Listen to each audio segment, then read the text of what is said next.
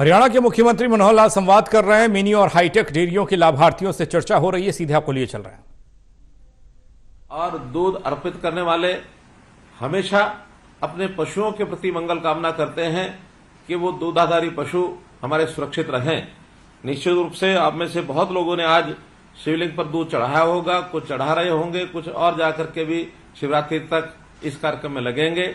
मैं आपको पुनः आपके पशुओं की मंगल कामना के लिए भी बहुत बहुत भगवान शिव से प्रार्थना करता हूं। मैं समझता हूं कि जैसे कहावत है, देशा में देश हरियाणा जित दूध दही का खाना। हम हरियाणा के लोग अगर देश और दुनिया में प्रसिद्ध हैं तो अपने खानपान से, अपने दूध और दही से हम जो इसका सेवन करते हैं, शारीरिक बल के नाते से हमारे यहाँ पहलवान, हमारे यहाँ अच्छा एक किसान, हमारा नौजवान सेना में भर्ती होता है, तो निश्चित रूप से उसका जो आहार है दूध दही के खाने का एक अपना प्रभाव होता है। और ये जो दूध का काम करने वाले हमारे ग्रामीण क्षेत्र के किसान अपनी आय को बढ़ाने के लिए दूध का उत्पादन करने के लिए पशु रखते हैं। और युवा खास करके जो बेरोजगार हैं, अपने रोजगार को प्राप्त करने के लिए इस व्यवसाय में तेजी से आ रहे हैं।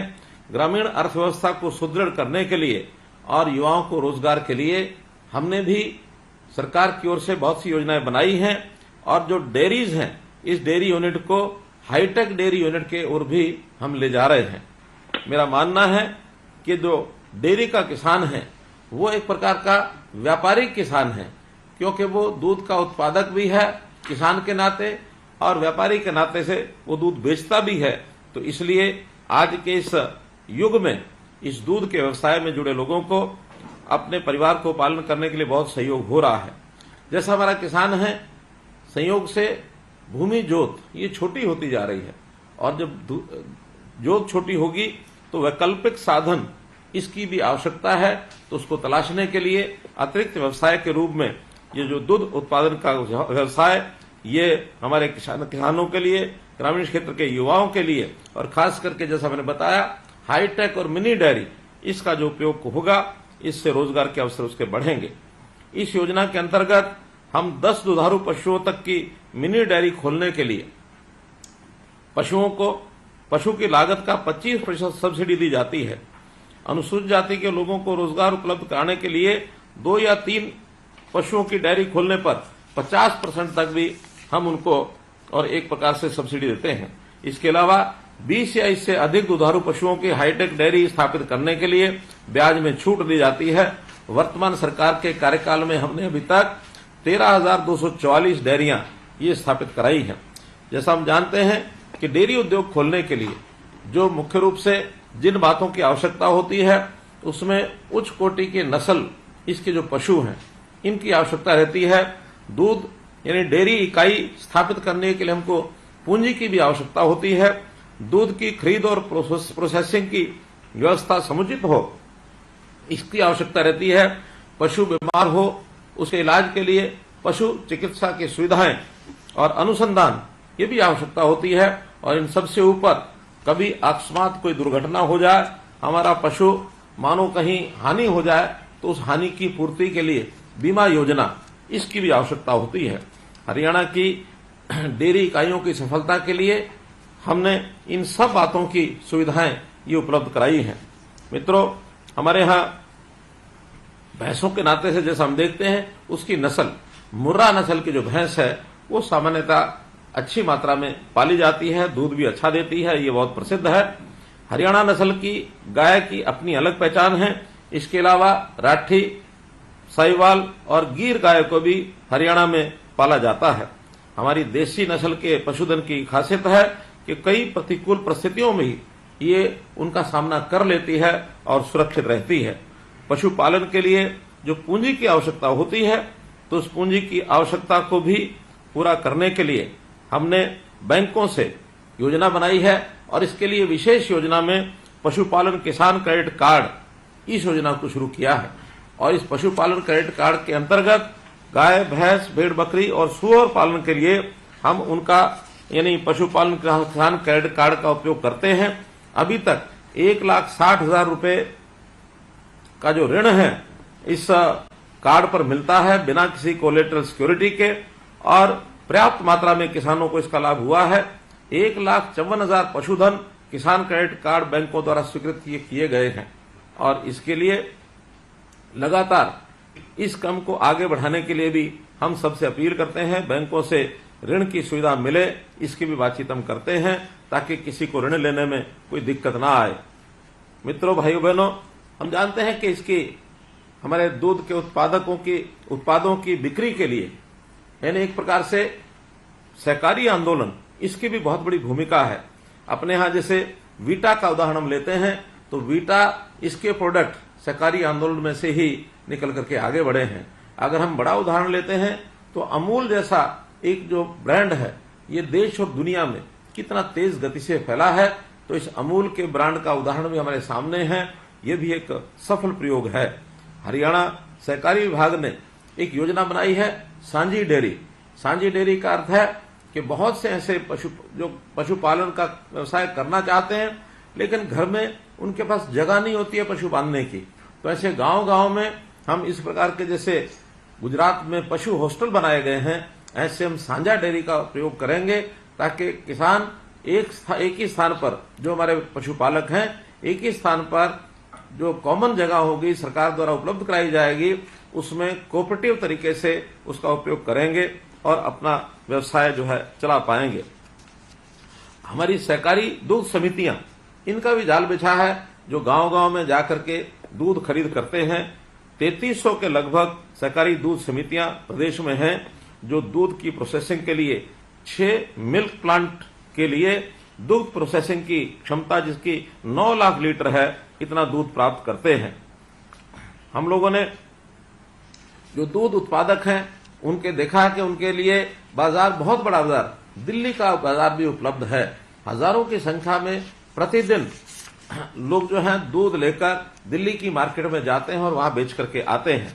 ये दूध उत्पादन अधिक कैसे बढ़े, इसके लिए हमने विशेष प्रोत्साहन योजना बनाई है। सहकारी दुग्ध समितियों का जो दुग्ध उत्पादक हैं, उनको 5 रुपया प्रति लीटर ये प्रोत्साहन राशि भी दी जाती है, और इसका बहुत लाभ हमारे दुग्ध उत्पादकों को होता है। दुग्ध उत्पादक के परिवारों की खुशहाली, इसका भी ध्यान रखते हैं। उनके बच्चों के लिए शिक्षा के अंदर जो 8वीं, 10वीं और 12वीं कक्षा में पढ़ते हैं और अच्छे अंक प्राप्त करते हैं, उनको मासिक छात्रवृत्ति 10वीं के बालकों के लिए 2100 रुपया और 12वीं के बालकों के लिए 5100 रुपये की छात्रवृत्ति ये दी जाती है। इस योजना के अंतर्गत 5140 दुग्ध उत्पादकों के बच्चों को 1,86,00,000 रुपए की छात्रवृत्ति ये अभी तक दी जा चुकी है। हम सब ये भी जानते हैं कि दूधारू पशु, इसकी जो कीमत है ये बहुत अधिक होती है, लेकिन अकस्मात किसी दुर्घटना के कारण से यदि किसी पशु की मृत्यु हो जाए तो उसका नुकसान होता है। इस नुकसान की भरपाई के लिए भी पंडित दीनदयाल उपाध्याय सामूहिक पशुधन बीमा योजना ये हमने शुरू की है। कोई भी पशुपालक अपने पशु का दुग्ध उत्पादन क्षमता अनुसार 100 से 300 रुपया और छोटे पशु का 25 रुपया प्रीमियम देकर बीमा करवा सकता है। अनुसूचित जाति के पशुपालकों के लिए ये बीमा की राशि, जो उसके लिए शुल्क की राशि ये 0 है, अर्थात बीमा मुफ्त में कराया जाता है। अभी तक 8,52,000 ऐसे पशुओं का बीमा ये किया गया है। मेरा आपसे अनुरोध है कि आप भी सब जो भी पशु खरीदते हैं उस पशु का बीमा अवश्य कराएं। इसी प्रकार से जो हमारे सहकारी दुग्ध समितियों के पशु, जो हमारे दुग्ध उत्पादक बंधु हैं, अगर किसी दुर्घटना में मानो उनका नुकसान कोई हो जाए, मृत्यु हो जाए, तो उसके लिए भी हम 5 लाख रुपया एक बीमा राशि उसको मिलती थी, अब उसको बढ़ा करके हमने 10 लाख रुपया कर दिया है। इस योजना के अंतर्गत भी बहुत लोगों को लाभ मिला है। लगभग 3 करोड़ 10 लाख रुपए का लाभ ये दिया जा चुका है। मित्रों, हम तो यही कहेंगे कि पशु जो है हमारा, जो दूध देता है, ये हमारे लिए एक हमारे परिवार का जैसे एक सदस्य होता है, उस प्रकार से हम अपने पशु को रखते हैं, उसकी देखभाल करते हैं। विदेशों में भले ही दूध क्रांति में दूध बहुत ज्यादा हो जाता है, लेकिन वहां पशु को एक दूध देने वाली मशीन से ज्यादा कुछ नहीं समझा जाता। लेकिन हमारे यहाँ पशु एक जीव, जिसका हम अपने परिवार का उसको साथी मानते हैं, परिवार का सदस्य मानते हैं, उसकी पूजा भी करते हैं। जैसा हमारे यहाँ मान्यता है, गाय की पूजा करते हैं, गाय को मां मानते हैं। तो इस प्रकार से पशु के साथ हमारा जो व्यवहार जिस प्रकार का हम रखते हैं, निश्चित रूप से इस पशुपालन के जो हमारा व्यवसाय है, इसमें हम जहां दूध प्राप्त करेंगे वहीं अपने पशुओं की देखभाल ये करना भी बहुत जरूरी है। क्योंकि पशु इसलिए भी हम परिवार का अंग मानते हैं कि हमारे जैसा देखा जाए परिवार में छोटे से लेकर बड़ा तक व्यक्ति यानी मनुष्य ही है जो बचपन से लेकर के और जीवन पर्यंत दूध का उत्पादन करता है। वरना कोई भी अन्य जीव केवल बचपन में तो जो दूध पीते हैं, लेकिन बचपन के बाद दूध पीना वो छोड़ देते हैं, जबकि मनुष्य बचपन से लेके और वृद्धावस्था तक जीवन पर्यंत दूध का उपयोग करता है। तो जहां दूध कितनी ही हमारी महत्वपूर्ण एक व्यवस्था है, एक हमारी आवश्यकता है, इसको पूरा करने के लिए हमको छोटी छोटी बड़ी बड़ी सब इकाइयां इसका यानी स्थापना करनी चाहिए और इसको आगे बढ़ावा देना चाहिए। सरकार बढ़ावा देने के लिए बहुत से कार्यक्रम करते हैं। दूध उत्पादकों की कंपटीशन, उनकी प्रतियोगिता बढ़े, ज्यादा दूध उत्पाद यानी पशु दूध वाले उनके यहाँ पर आए, तो उसके लिए हम बहुत से मेले लगाते हैं, बहुत सी प्रतियोगिताएं करते हैं, इनाम भी देते हैं। तो इसका अर्थ यही है कि हम सब लोग व्यवसाय के नाते, खास करके किसान जो है वो अपने व्यवसाय के साथ साथ दूध के व्यवसाय को अच्छा यानी उसको उपयोग करें, और उससे दूध अगर बढ़ेगा तो हमारे गरीब परिवारों की आय भी बढ़ेगी और हम लोग अपने इस दूध की आवश्यकता को पूरे समाज के लिए पर्याप्त रूप से एक प्रकार से और उसका उपयोग कर सकेंगे, उसका प्रबंध कर सकेंगे।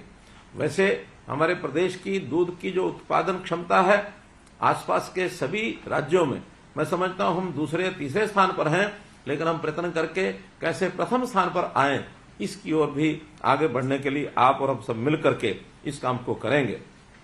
मित्रों, हमने छोटी जो डेयरी है और खास करके देसी नस्ल, इसको बढ़ाने के लिए गौ संवर्धन की दृष्टि से भी 3 से 5 गांव की डेयरी लगाने वाले पशुपालकों को 50% का अनुदान अलग से देने की नई योजना भी बनाई है। और इसके अतिरिक्त जिन परिवारों की आय बहुत कम है, ऐसे परिवारों को अलग से मुख्यमंत्री अंत्योदय परिवार योजना के अंतर्गत कैंप लगा करके उनको बुलाया जाता है और उनसे इस योजना के अंतर्गत वो लोग आगे बढ़ें, तो इस विभाग की ओर से योजना का लाभ दिलाने के लिए भी प्रयत्न किए जाते हैं। अभी तक 60,000 के आसपास ऐसे युवक हैं जिन्होंने इस योजना को प्राप्त करने के लिए और स्वीकृति दी है। हम लोगों ने उनके नाम बैंकों में भेजे हैं। 20,000 से अधिक आवेदकों को रोजगार के लिए ऋण मिल भी चुका है। तो इस प्रकार से हर दृष्टि से हम लोग इन चीजों को आगे बढ़ाने के लिए और कोई ना कोई कार्यक्रम आगे चला रहे हैं। आप भी कोई ना कोई अच्छा सुझाव हमको दे सकते हैं। अच्छा सुझाव देने के लिए खास करके पशुपालन विभाग की ओर से एक नंबर जारी किया गया है, आप उसको नोट करना चाहें कर लें। उसका जो नंबर है 9500112261। पुनः बोल रहा हूं 9500112261। यह एक दूरभाष का एक नंबर है। इस पर हम अपनी बात बता सकते हैं, कोई सुझाव दे सकते हैं, आपकी कोई कठिनाई हो इसके से भी अवगत करा सकते हैं। दूध की बनी वस्तुएं ये तो हमारे यहाँ बहुत एक से एक बढ़कर के पूरे हरियाणा में अलग अलग स्थानों पर हम जैसे देखते हैं बहुत मशहूर चीजें हैं। खास करके मैं नाम लेना चाहूंगा, हाँसी के पेड़े सर्वदूर प्रसिद्ध हैं। रेवाड़ी की बर्फी दूर दूर तो भेजी जाती है, भले ही दूध से बनी नहीं है, लेकिन गोहाना का जलेब ये भी स्वादिष्ट आइटम के नाते से दुनिया में प्रसिद्ध हो चुका है। तो ऐसे अच्छे अच्छे उत्पाद ये हम अपने घरों में भी बना सकते हैं। एक विशेष बात जो इसमें बहुत प्रसन्नता का विषय हमको लगता है कि घरों के अंदर हमारे यहाँ बहनें, माताएं, हमारी बेटियां वो भी पशुपालन के काम में बहुत अग्रणी रहती हैं। उसका पशु के पालन में सहायता करना, उसका दूध निकालना और बाद में उस दूध से जो प्रोडक्ट बनते हैं, घर के अंदर घी बनाते हैं, दही होती है, लस्सी होती है, ऐसे उत्पाद भी जो बनाते हैं उसका भी अपने आप में एक इस अर्थव्यवस्था को बढ़ाने में योगदान होता है। हम लोग अपने छोटे बड़े उद्योग के नाते से भी वैल्यू एडिशन करने का काम भी कर सकते हैं। आखिर दूध से बनी चीजें, पनीर है, मक्खन है, मिठाई आदि, ये बना करके हम छोटी छोटी मार्केट कोई दूध उत्पादनों के संगठन ये भी बना सकते हैं। जैसे हमने किसानों के किसान उत्पादक संगठन बनाए हुए हैं, इसी प्रकार से दुग्ध उत्पादक संगठन ये बना करके भी और अपने उत्पाद की ब्रांडिंग करके हम बेचेंगे तो उसके अंदर वैल्यू एडिशन का काम भी होगा। मित्रों, जैसे हम गाय के दूध के अलावा जो पंचगव्य है, अर्थात गौ का गोबर भी है, गौ का मूत्र भी है, ये चीजें भी औषधि में भी काम आती हैं और जैविक खाद इस नाते से इसका उपयोग होता है। तो गाय के इन चीजों का उपयोग अब उत्तरोत्तर बढ़ता चला जा रहा है, क्योंकि हम रासायनिक खाद की बजाय जैविक खाद का उपयोग खेतों में कर रहे हैं, प्राकृतिक खेती कर रहे हैं, उसमें भी हमारे पशुओं का अपना एक उपयोग होता है। एक विषय की चर्चा अवश्य करना चाहूंगा कि अभी इसी सप्ताह, पिछले सप्ताह पूरे हरियाणा में कुछ जिले पानी की चपेट में आए, बाढ़ आ गई थी और बाढ़ आने से न केवल नागरिकों को असुविधा हुई बल्कि हमारे गांव में जो पशु थे उनको भी बहुत परेशानी का सामना करना पड़ा। हमने सभी डिप्टी कमिश्नर्स को ये आदेश दिए हैं कि जहां परिवारों के लिए, नागरिकों के लिए हमको उनके खाने के लिए, पीने के पानी की व्यवस्था करनी है, वहीं पशुओं के लिए चारे की व्यवस्था भी करनी है और सभी जो हमारे डिप्टी कमिश्नर हैं इसकी व्यवस्था कर रहे हैं। तो मैं ये जानकारी आपको देना चाहता हूं। मित्रों, मैं आपको आश्वस्त करता हूं कि सरकार पशुपालन के व्यवसाय में अधिक से अधिक योगदान देने के लिए, अधिक से सहायता करने के लिए हमेशा तैयार है और मैं आपको पूरा इस बात का भरोसा दिलाता हूं कि इन डेयरी इकाइयों की स्थापना के बाद हमारे जो परिवार हैं, जिनको आर्थिक आवश्यकताएं हैं, वो पूरी होंगी और हम अपने समाज को, हरियाणा जहां पूरे देश में बड़े राज्यों के अंदर प्रति व्यक्ति आय के अंदर सबसे आगे है, लेकिन फिर भी हमने जो बीपीएल की रेखा 1,80,000 रखी है और हमारे यहाँ जो अंत्योदय परिवार 1 लाख रुपए वार्षिक आय के हैं, इसको दोनों को पार करके हम बीपीएल से ऊपर सबको लेकर जाएं, उनकी आय कैसे बढ़ाई जाए, पैरों पर खड़ा होकर के स्वाभिमानी जीवन जीना, ये हमारे हरियाणा के लोगों का एक स्वभाव है। उसी ओर हम आगे बढ़ें और निश्चित रूप से अपने पैरों पर खड़े होंगे तो हमारी खुशहाली बढ़ेगी, हमारा स्वास्थ्य भी ठीक रहेगा, बच्चों की पढ़ाई लिखाई वो भी ठीक रहेगी, परिवार हमारा फलेगा फूलेगा। इन्हीं शुभकामनाओं के साथ मैं आपको पुनः बहुत बहुत शुभकामना देता हूँ। बहुत बहुत धन्यवाद।